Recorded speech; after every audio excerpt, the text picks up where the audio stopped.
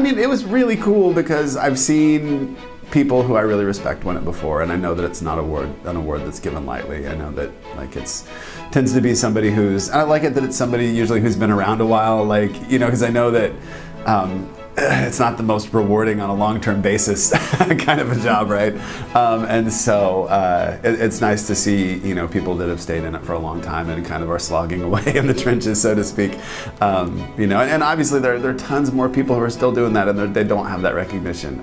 So, you know, on the one side, it was really nice to win it, and on the other hand, you know, I kind of like walked carefully through the hallways, like feeling a little bit, I don't know, humbled or just kind of like, oh, do I deserve this one? You know, there are tons of people who do great work every day, not just this school, but tons of schools around town. You feel like a duty maybe to like give back to the profession, to like, because we have a tendency as teachers sometimes to control what we control within our box because it's safe and we know what we're doing. And you get shot down sometimes when you go outside of your box, and so you don't want to do it. And I think it was maybe a little extra motivation to you know, move outside of my box and try to provide a little more leadership. It's still something I'm working on. It's a growth area, but it definitely gives you an idea that maybe, you know, people might listen to you.